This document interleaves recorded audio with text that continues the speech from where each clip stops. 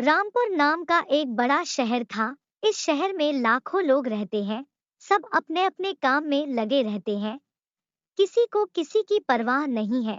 घर पर घर के सदस्यों को भी एक दूसरे की परवाह नहीं होती है। शहर में शराब, जुआ, रेस, चोरी, डकैती वगैरह बहुत से गुनाह शहर में होते थे। इसी तरह सारी बुराइयों के बावजूद शहर में कुछ अच्छे लोग भी रहते थे। ऐसे अच्छे लोगों में शीला और उसके पति की गृहस्थी मानी जाती थी। शीला धार्मिक प्रकृति की और संतोषी थी। उसका पति भी विवेकी और सुशील था। शीला और उसका पति ईमानदारी से जीते थे। वे किसी की बुराई करना उनको बिल्कुल भी पसंद नहीं था। वे अपना अधिकतर समय प्रभु भजन में व्यतीत कर रहे थे। उनकी गृहस्थी आदर्श गृहस्थी थी और शहर के लोग उनकी गृहस्थी की सराहना करते थे। शीला की गृहस्थी इसी तरह खुशी खुशी चल रही थी। पर कहा जाता है कि कर्म व्यक्ति को अगले जन्म में भी ढूंढ लेते हैं। विधाता के लिखे लेख कोई नहीं समझ सकता। इंसान का नसीब पल भर में राजा को रंक और एक रंग को राजा बना देता है। शीला के पति के पूर्व जन्म के कर्म भोगने बाकी रह गए होंगे कि वह बुरे लोगों की दोस्ती कर बैठा। वह जल्द से जल्द करोड़पति होने के लालच में गलत रास्ते पर चला गया और करोड़पति बनने की बजाय रोडपति बन गया और उसकी हालत रास्ते पर भटकते भिखारी जैसी हो गई थी। दोस्तों के साथ उसे भी शराब की आदत हो गई। जल्द से जल्द पैसे वाला बनने के लालच में दोस्तों के साथ जुआ भी खेलने लगा। इस तरह बचाई हुई धनराशि, पत्नी के गहने, सब कुछ जुए में गवा दिया था। इसी तरह एक वक्त ऐसा भी था कि वह सुशील पत्नी शीला के साथ मजे में रहता था और प्रभु भजन में सुख शांति से वक्त व्यतीत करता था। और आज उसके घर में दरिद्रता और भूखमरी फैल गई।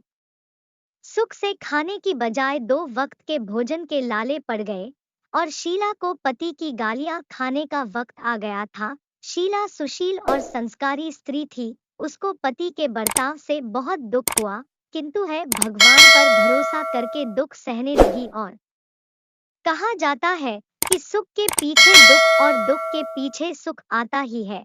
इसलिए श्रद्धा के साथ शिला प्रभु भक्ति में लीन रहने लगी और असहाय दुख सहते सहते प्रभु भक्ति में वक्त बिताने लगी। अचानक एक दिन दोपहर को उसके द्वार पर किसी ने दस्तक दी। मुझ जैसे गरीब के घर इस वक्त कौन आया होगा? फिर भी द्वार पर आए हुए अतिथि का आदर करना चाहिए। ऐसे हिंदू धर्म के संस्कार वाली शीला ने खड़े होकर द्वार खोला। देखा तो सामने एक माजी खड़ी थी। वह बड़ी उम्र की लगती थी, किंतु उसके चेहरे पर अलौकिक तेज निखर रहा था। उसकी आंखों में से मानो अमृत बह रहा था। उसका भव्य चेहरा करुणा और प्यार से छलकता था। उसको देखते ही शीला के मन में अपार शांति छा गई। वैसे शिला इस माजी को पहचानती नहीं थी, फिर भी उसको देखकर शीला के रोमरों में आनंद छा गया। शीला माझी को आदर के साथ घर में ले आई। घर में बिठाने के लिए कुछ भी नहीं था। आता शीला ने सकुचा कर एक फटी हुई चद्दर पर उनको बिठाया। क्यों पहचाना नहीं? माँ, आपको देखते ही बहुत खुशी हो रही है, बहुत शांति हो रही है। ऐसा लगता है मैं बहुत दिनों से जिसे ढूंढ रही थी वह आप ही है, पर मैं आपको पहचान नहीं सकती। क्यों भूल गई? हर शुक्रवार को माता लक्ष्मी जी के मंदिर में भजन कीर्तन होते हैं, तब मैं भी वहाँ आती हूँ। वहाँ हर शुक्रवार को हम मिलते हैं। पति गलत रास्ते पर चढ़ गया, तब से शिला बहुत दुखी हो गई थी और दोह के मारे वह लक्ष्मी जी के मंदिर में भी नहीं जा रही थी। बाहर के लोगों के साथ नजर मिलाते भी उसे शर्म आने लगी। उसने यादाश्त पर जोर दिया, वह माजी याद नहीं आ रहे थे। तू लक्ष्मी जी के मंदिर में कितने मधुर भजन गाती थी, अभी तू दिखाई नहीं देती है, इसलिए मुझे आना पड़ा। कहीं बीमार तो नहीं हो गई है? ऐसा सोचकर मैं तुझे मिलने चली आई। माजी के प्रति प्रेम भरे शब्दों से शीला का हृदय पिघल गया। उसकी आंखों से आंसू आ गए। माजी के सामने में बिलक बिलक कर रोने लगी। यह देख माजी शीला के नजदीक सरकी और उसकी सिसकती पीठ पर प्यार भरा हाथ फेर कर सांत्वना देने लगी। बेटा, सुख और दुख तो धूप और छांव जैसा होता है। सुख के पीछे दुख आता है और दुख के पीछे सुख भी आता है। धैर्य रखो बेटी। और तुझे क्या परेशानी है? तेरे दुख की बात मुझे सुना। तेरा मन भी हल्का हो जाएगा और तेरे दुख का कोई उपाय भी मिल जाएगा। माँ, मेरी गृहस्थी में भरपूर सुख और खुशियाँ थी। मेरे पति भी सुशील थे। भगवान की कृपा से पैसे की बात में भी हमें संतोष था। हम शांति से गृहस्थी चलाते ईश्वर भक्ति में अपना वक्त व्यतीत करते थे। यकायक भाग्य हमसे रूठ गया। बुरी दोस्ती की वजह से वे शराब, दुआ, चरस, गांजा वगैरह खराब आदतों के शिकार हो गए और उन्होंने सब कुछ गंवा दिया और हम रास्ते के भिखारी जैसे बन गए। सुख के पीछे दुख और दुख के पीछे सुख आता ही रहता है। ऐसा भी कहा जाता है कि हर इंसान को अपने कर्म भुगतने ही पड़ते हैं। इसलिए तू चिंता मत कर। अब तू कर्म भुगत चुकी है। अब तुम्हारे सुख के दिन अवश्य आएंगे। तू तो माँ लक्ष्मी की भक्त है। माँ लक्ष्मी जी तो प्रेम और करुणा के अवतार है। अपने भक्तों पर हमेशा ममता रखती है। इसलिए तू धैर्य रख व माँ लक्ष्मी जी का व्रत कर।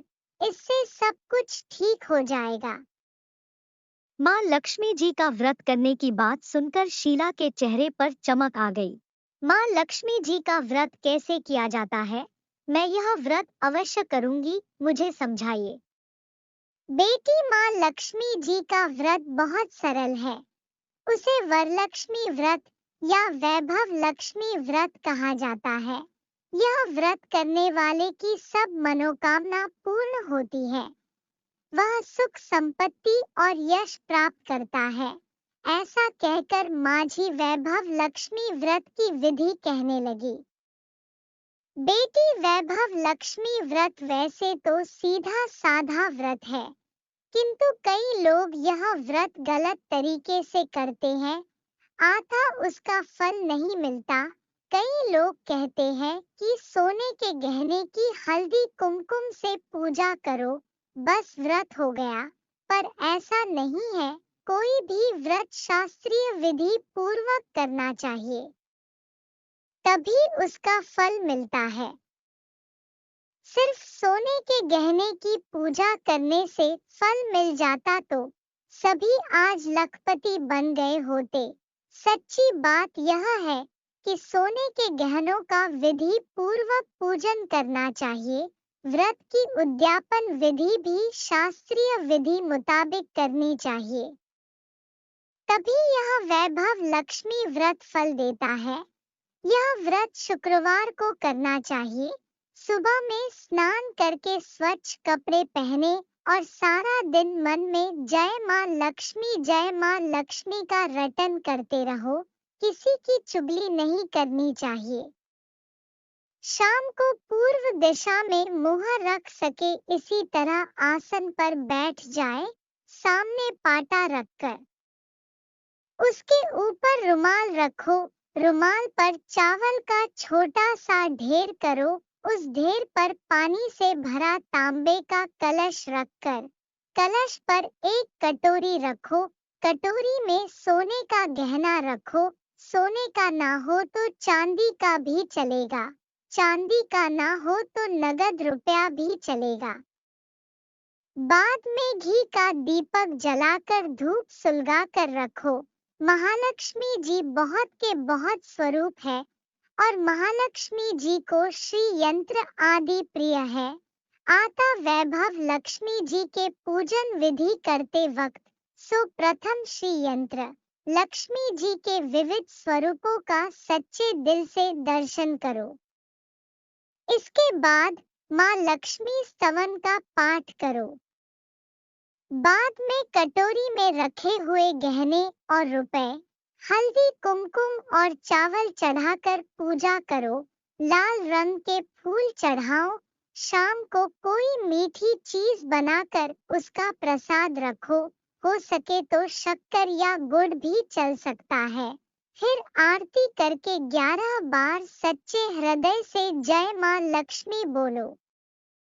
बाद में 11 या 21 शुक्रवार का व्रत करने का दृढ़ संकल्प मां के सामने करो और अपनी जो मनोकामना हो वह पूरी करने को मां लक्ष्मी जी से विनती करो।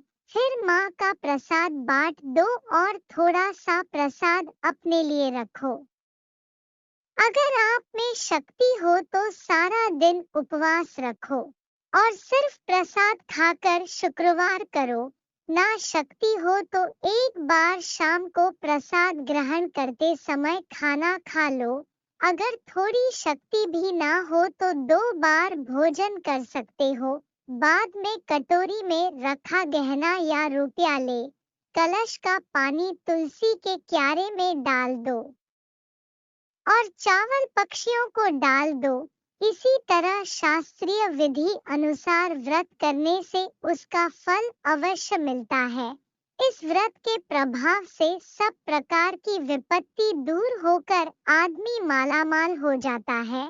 संतान न हो उसे संतान प्राप्त होती है। सौभाग्यवती स्त्री का सौभाग्य अखंड रहता है। कुंवारी लड़की को मनभावन पति मिलता है। शीला यह सुनकर आनंदित हो गई। माँ, आपने वैभव लक्ष्मी व्रत की जो शास्त्र विधि बताई है वैसे मैं अवश्य करूंगी, किंतु इसकी उद्यापन विधि किस तरह करनी चाहिए यह भी कृपया करके सुनाइए। 11 या 21 जो मन्नत मांगी हो, इतने शुक्रवारी ये वैभव लक्ष्मी व्रत पूरी श्रद्धा से और भावना से करना चाहिए। व्रत के आखिरी शुक्रवार को जो शास्त्र विधि अनुसार उद्यापन विधि करनी चाहिए वह मैं तुझे बताती हूँ। आखिरी शुक्रवार को खीर या नैवेद्य रखो। पूजन विधि हर शुक्रवार को करते हैं, वैसे ही करनी चाहिए। पूजन विधि के बाद श्रीफल फोड़ो और कम से कम 7 कुंवारी या सौभाग्यशाली स्त्रियों को कुमकुम का तिलक करके वैभव लक्ष्मी व्रत की एक पुस्तक उपहार में देनी चाहिए और सबको खीर का प्रसाद देना चाहिए। फिर धनलक्ष्मी स्वरूप वैभव लक्ष्मी स्वरूप माँ लक्ष्मी जी की छवि को प्रणाम करें। महालक्ष्मी जी का यह स्वरूप वैभव देने वाला है। प्रणाम करके मन ही मन भावुकता से माँ की प्रार्थना करते वक्त कहें, हे जय माँ लक्ष्मी, हे माँ वैभव लक्ष्मी, मैंने सच्चे हृदय से आपका वैभव लक्ष्मी व्रत पूर्ण किया है। हमारी मनोकामना पूर्ण करो। हे माँ, हम सबका कल्याण करो। जिसे संतान ना हो उसे संतान देना। भाग्यशाली स्त्री का सौभाग्य अखंड करना। कुंवारी लड़की को मनभावन पति देना। आपका यह चमत्कारी वैभव लक्ष्मी व्रत जो करे उन सब की विपत्ति दूर करना, सबको सुखी रखना। हे माँ, आपकी महिमा अपरंपार है। इस प्रकार माँ की प्रार्थना करके माँ लक्ष्मी जी के धन लक्ष्मी स्वरूप को भाव से वंदन करो। माजी के पास से वैभव लक्ष्मी व्रत की शास्त्रीय विधि सुनकर शीला भाव विभोर हो उठी। उसे लगा मानो सुख का रास्ता मिल गया है। उसने आंखें बंद करके मन ही मन उसी क्षण संकल्प लिया, हे वैभव लक्ष्मी माँ, मैं भी माझी के कहे मुताबिक श्रद्धा से शास्त्रीय विधि के अनुसार वैभव लक्ष्मी व्रत 21 शुक्रवार तक करूंगी और व्रत का शास्त्रीय विधि के अनुसार उद्यापन करूंगी। शीला ने संकल्प करके आंखें खोली तो सामने कोई न था। वह विस्मित हो गई। माझी कहाँ गई? यह माझी दूसरा कोई न था, साक्षात लक्ष्मी जी ही थी। शीला लक्ष्मी जी की भक्त थी, इसलिए अपने भक्तों को रास्ता दिखाने के लिए माझी का स्वरूप धारण करके शीला के पास आई थी। दूसरे दिन शुक्रवार था। सवेरे स्नान करके स्वच्छ कपड़े पहनकर शीला मन ही मन श्रद्धा से पूरे भाव से जय मां लक्ष्मी का रटन करने लगी। सारा दिन किसी की चुगली की नहीं। शाम हुई तब हाथ पांव मुंह धोकर पूर्व दिशा में मुंह करके बैठी। घर में पहले सोने के बहुत से गहने थे, पर पतिदेव ने गलत रास्ते पर चढ़कर सब गहने गिरवी रख दिए थे। नाक की चुन्नी बच गई थी, जिसे धोकर शीला ने कटोरे में रख दी। सामने पट्टे पर रुमाल रखकर मुट्ठी भर चावल का ढेर किया। तांबे के कलश में पानी भर कर रखा, उसके ऊपर चुन्नी वाली कटोरी रखी। फिर शास्त्रीय विधि अनुसार वंदन और पूजा वगैरह किया। घर में थोड़ी शक्कर थी, वह प्रसाद में रखकर वैभव लक्ष्मी व्रत किया। यह प्रसाद पहले पति को खिलाया। पति के स्वभाव में फर्क पड़ गया। उस दिन उसने शीला को मारा नहीं, सताया भी नहीं। शीला को बहुत आनंद हुआ।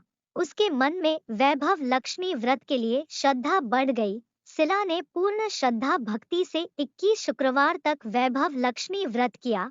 21 शुक्रवार को माजी के कहे मुताबिक उद्यापन विधि करके 7 स्त्रियों को वैभव लक्ष्मी व्रत की पुस्तकें उपहार में दी। फिर माताजी के धन लक्ष्मी स्वरूप की छवि को वंदन करके भाव से मन ही मन प्रार्थना करने लगी। हे माँ धनलक्ष्मी, मैंने आपका वैभव लक्ष्मी व्रत करने की मन्नत मांगी थी, वह व्रत आज पूर्ण किया है। मेरी हर विपत्ति दूर करो, हमारा सबका कल्याण करो। जिसे संतान न हो उसे संतान देना, सौभाग्यवती स्त्री का सौभाग्य अखंड रखना, कुंवारी कन्याओं को मनभावन पति देना। आपका यह चमत्कारी वैभव लक्ष्मी व्रत करे, उसकी सब विपत्ति दूर करना, सबको सुखी करना। आपकी महिमा अपरंपार है। ऐसा बोलकर धन लक्ष्मी के लक्ष्मी जी के धनलक्ष्मी स्वरूप को प्रणाम किया। इस तरह शास्त्रीय विधि पूर्वक शीला ने श्रद्धा से व्रत किया और तुरंत ही उसे फल मिला। गलत रास्ते पर चला गया था, वह अच्छा आदमी हो गया। कड़ी मेहनत करके व्यवसाय करने लगा। वैभव लक्ष्मी व्रत के प्रभाव से उसको ज्यादा मुनाफा होने लगा। तुरंत ही शीला के गिरवी रखे गहने छुटवा लिए। घर में धन की बाढ़ सी आ गई। पहले जैसी सुख शांति छा गई। वैभव लक्ष्मी व्रत का प्रभाव देखकर मोहल्ले की दूसरी स्त्रियां भी शास्त्रीय विधि पूर्वक वैभव लक्ष्मी व्रत करने लगी। हे माँ धन लक्ष्मी, आप जैसे शीला पर प्रसन्न हुई, वैसे ही आपका व्रत करने वाले सब पर प्रसन्न होना, सबको सुख शांति देना। जय वैभव लक्ष्मी माँ, जय धन लक्ष्मी माँ।